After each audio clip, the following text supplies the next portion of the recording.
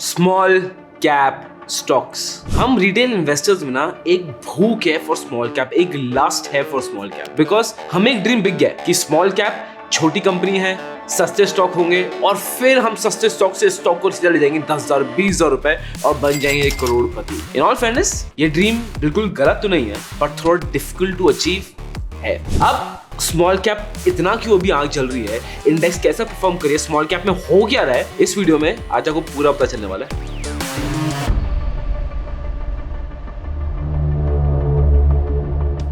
पहला डेटा देखेंगे, फिर ह्यूमन बिहेवियर, फिर और डेटा देखेंगे। अब सबसे पहले अगर मैं डेटा से बात करूं कि अगर मैं 2023 की स्टार्ट से लूं, ठीक है, और कंपेयर करूंगा कि निफ्टी 50 ने कितना रिटर्न दिया, वो था 7.75%। वहीं पे निफ्टी मिड कैप 150 ने दिया 25.9 रिटर्न, और वहीं पे अगर मैं स्मॉल कैप 250 इंडेक्स लूंगा ना, उसने रिटर्न दिया है ऑफ 27.7%। और ये एक मेजर रीजन है जिसके से लोग स्मॉल कैप के पीछे एकदम पागल हो गए हैं, हंग्री हो गए हैं। मैं आपको एक और इंटरेस्टिंग फैक्ट बताता हूं कि पिछले 3 सालों में 21 ऐसी स्कीम्स हैं जो स्मॉल कैप की है, and out of 21 more than 20 have given return of more than 30%। More than 30%। और एक आइडिया स्मॉल कैप फंड है जिसने सबसे कम रिटर्न दिया है, वो भी 23% की दी है, which is very very good. But आप देख रहे हो जब रिटर्न 30% से ज्यादा हो, लोगों की भूख बढ़ जाती है यार। आई एम 100% श्योर अगर आप कोई म्यूचुअल फंड होल्ड कर रहे हो, कोई स्मॉल कैप वाला है, उसकी बहुत क्रेजी रिटर्न आ रही है और आपने 6 लोगों को दिखाया है, उल्टा 6 लोग आपको बता चुके हैं, अरे भाई मेरा ही म्यूचुअल फंड है, स्मॉल कैप कहां से कहां भाग गया है, स्मॉल कैप स्टॉक्स कहां से कहां भाग गए। एंड एक डोमिनो इफेक्ट इतना ज्यादा होता है कि हर आदमी फिर सिर्फ स्मॉल कैप में इन्वेस्ट करता है, small cap small cap small cap. और ये मैं आपको डेटा से दिखा रहा हूं। As you can see here, जितने पैसे retail investors small cap mutual funds और मिड कैप म्यूचुअल फंड्स डाल रहे हैं, वो has grown at a enormous pace. अब यहीं पे हमारे लिए बड़ी इंटरेस्टिंग लर्निंग आती है। अगर आप इसको लॉजिकली देखोगे तो 2020 में स्मॉल कैप इंडेक्स बहुत ज्यादा नीचे आ गई थी, तो इसलिए अगर मैं सिर्फ 2020 के बाद की रिटर्न्स देखूंगा तो ऑफ कोर्स रिटर्न्स बहुत क्रेजी आएंगी। But what I want you notice ना, वो है लोगों का बिहेवियर। चाहे वो क्रिप्टो करेंसी हो, भाग रहा है सब उसमें घुस जाते हैं, चाहे वो NFTs, आपको याद है NFT का भी टाइम था जब भाग रहा है सब NFTs में घुस जाते हैं, YouTube पे उस पे कंटेंट बनना लग जाएगा, सब उसमें एक्सपर्ट्स बन जाएंगे। और ये बड़ा ही नेचुरल प्रोग्रेशन है, बिकॉज दिवाली का रॉकेट आपने देखा ना क्या होता है, जब दिवाली पे आप रॉकेट जलाते हो कोई नहीं दिखेगा, आप आ रहे हो रॉकेट जला रहे हो कोई नहीं दिखेगा, वो जब जल के ऊपर जाएगा ऊपर जाएगा, जैसे ऊपर जाता रहेगा थोड़े और लोग देखेंगे, फिर और ऊपर गया थोड़े और लोग देखेंगे, फिर थोड़ा और ऊपर गया थोड़े और लोग ऊपर देखेंगे, और जब वो करके पूरा फटेगा, आवाज करेगा, पूरा शाइन कर देगा, तब मैक्सिमम जनता देखेगी। और तभी वो टाइम होता है जब वो पटाखा बच के खत्म। स्टॉक मार्केट्स में ऐसी कुछ होता है, चाहे कोई भी स्टॉक ले लो, कोई भी टाइप का फाइनेंशियल एसेट ले लो, जब उस पे सब आ जाते हैं, सब इन्वेस्ट करने की कोशिश करते हैं, वो वहीं फटके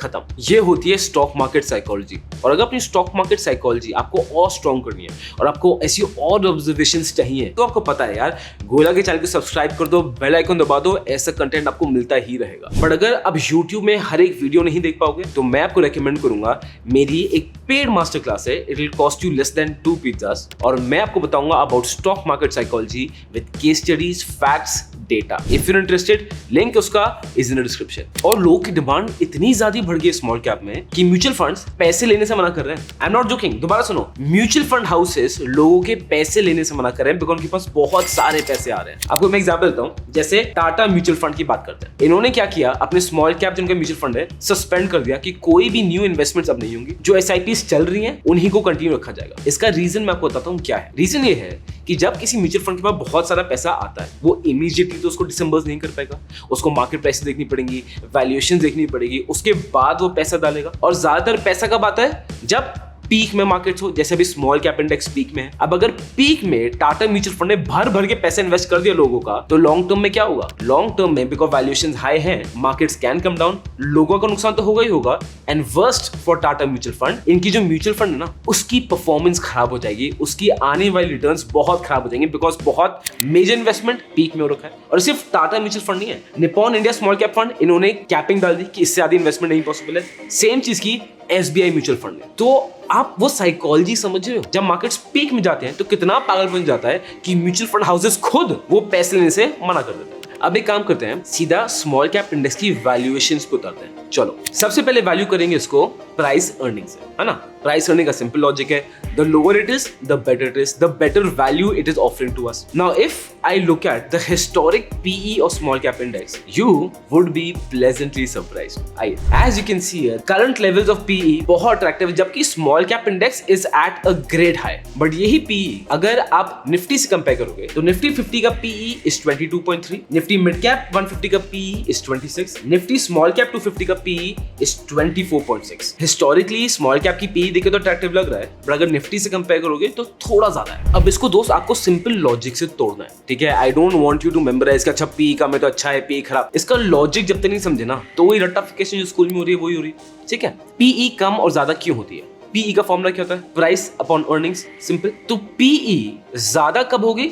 जब प्राइस बहुत ऊपर चली जाएगी, और कम कब होगी? जब अर्निंग्स बहुत ऊपर चली जाएगी। सीधा सा। तो अगर स्मॉल कैप इंडेक्स इतनी अच्छी पीक पे है और तभी भी PE कम है, इसका मतलब क्या है? अर्निंग्स बढ़ गई है। अब now let's check the earnings. अगर मैं निफ्टी 50 कंपनीज की बात करूं तो उनकी सेल्स हैव ग्रोन बाय 2.1%, जहां पे मिड कैप कंपनीज की सेल्स हैव ग्रोन बाय 5.87%, और वहीं पे स्मॉल कैप कंपनी की cells have gone up by 3.72%। और स्मॉल कैप में यार दम लग रहा है। अगर आप दूसरे लोग को देखोगे तो लोग ट्विटर पे ये बोल रहे हैं, I have never seen such a robust and sustained bull face in the small and mid caps in my 33 years of career, and he by the way is known to be the small cap king. गोहिला answer तो simple है ना, small cap stocks, small cap funds, इसमें पैसे डालो, मुनाफा ही मुनाफा। नहीं, ये इतना स्ट्रेट फॉरवर्ड नहीं है। अब बहुत बार लोग क्या करते हैं ना, बिकॉज वो मार्केट्स में नए आए होते हैं और स्टार्स दिख रहे होते हैं मार्केट्स में, वो एकदम एग्रेसिव पोजीशन ले लेंगे और ग्रीड के चक्कर में सब कुछ डाल देंगे, जो बहुत बार घाटे का सौदा ही होता है। ये आपको मैं स्मॉल कैप इंडेक्स दिखा रहा हूँ। Look at the volatility. 2007 की पीक से इट केम डाउन बाय 77%।